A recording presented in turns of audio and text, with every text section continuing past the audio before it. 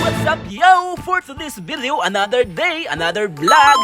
Ngayon nga ay papunta nga kami ng Cebu at dumaan muna kami kay tita para magpaalam dahil pupunta nga kami ng Cebu. Sa pagkakataong ito ay hindi namin makakasama si tita dahil pauwi na rin siya ng Japan. Napagpasyahan nga nila mama, papa, ate, kuya na magbisita muna sa kamag-anakan ni papa doon sa Cebu bago sila bumalik ng Amerika. Tingnan nyo naman mga dongday, isang batalyon talaga kami dito. Dahil buong angkan talaga kasama. Dahil bibihira nga lang ang magtipon-tipon kaya sinamantalan na yung pagkakataon na ito. Yung malayo-layo nga lang talaga ang biyahe from Abuyog to Ormoc to Cebu. No worries dahil pinaghandaan talaga namin ito dahil nagbaon talaga at nagluto kami dito sa bahay. Kaya pagkarating namin ng Ormoc, ito nga pala yung sinakyan namin na barko. Dito nga nagulat pa nga ako dahil ang barko na sinakyan namin ay may ganito palang higaan. Dahil ang natatandaan ko nung huling sakay ko nito ay 5 years old pa lamang ako. At ngayon na lamang ulit nasundan. Kapahinga nga namin konti, sabay latag naman ng dahon. Dito na namin pinagsalusaluhan sa barko yung aming dalang mga baon. Tuwang-tuwa nga dito si Kuya Kilip dahil makakapagkamay siyang kakain. Diba? Tips para makatipid, kailangan mo talaga magbaon. Pagkatapos nga namin kumain, nag-sightseeing muna, tumayo ng 2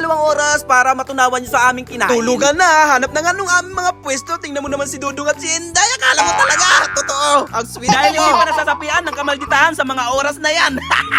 Bali, 4 na oras nga pala ang binahin namin simula Ormoc papunta ng Cebu. Galipas nga ng 4 na oras na biyahe namin at ito na nga, finally. Nakarating na nga kami ng Cebu at lalong-lalo na ako dahil first time ko nga talaga makakapunta dito sabay hanap ng palengke para sa aming lulutuing almusal at tanghalian. Tingnan mo naman yung mga outfitan ni Inday, pabaklis pa.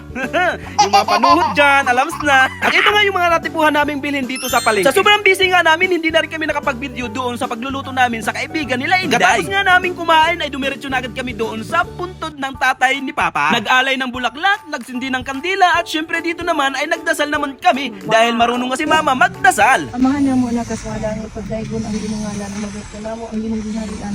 Matuman na Pagkalipas ng mahigit 1 oras ay umalis na nga kami dito sa sementeryo at may pinuntahan naman kami isa sa mga kamag-anak din ni Papa. At ito naman yung kapatid ng tatay nila Papa. Ito na lang din pala ang natitirang kapatid nila. Alam nyo ba kung ilang taon na pala to? 92 years old na! Isa pa nga sa mga kapatid ni Papa ang pinuntahan namin. Hindi nga sayang yung pagpunta nga namin dito sa Cebu. Sinulit na nga namin yung pasyal namin dito. Pagkarating nga namin may mainit-init pa ang native netlog kaya binakbakan na agad namin.